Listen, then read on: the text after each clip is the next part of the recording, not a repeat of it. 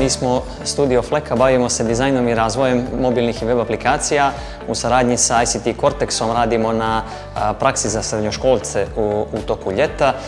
Ovaj program je za njih jako bitan kao da prati njihov školski program, zato što ovdje imaju priliku da rade na jednom servisu od početka do kraja. Dakle, da naprave cjelokupni proizvod od faze dokumentacije preko razvoja do puštanja klijentima. To je ono što oni u školi ne mogu da rade, jer rade segmentirano na određenim programirskim vještinama i onda ovako u toku ljeta imamo priliku da radimo na kompletnom servisu. Velika je razlika u odnosu na prošlu godinu zbog toga što naši učenici nisu imali mogućnost ovakvog načina prakse. Rad kod poslodavca im je omogućio veliko iskustvo i znanja i vještine iz tehnologije Laravel. Ovaj način prakse je veoma bitan i vrijedan za našu školu i naše učenike.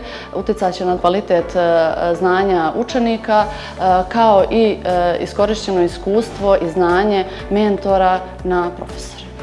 Kao učenici smjera elektrotehničar za razvoj web i mobilnih aplikacija, smatram da je ovo nama dosta pomoglo za sticanje praktičnih znanja i vještina koje će nam u budućnosti biti jako korisni.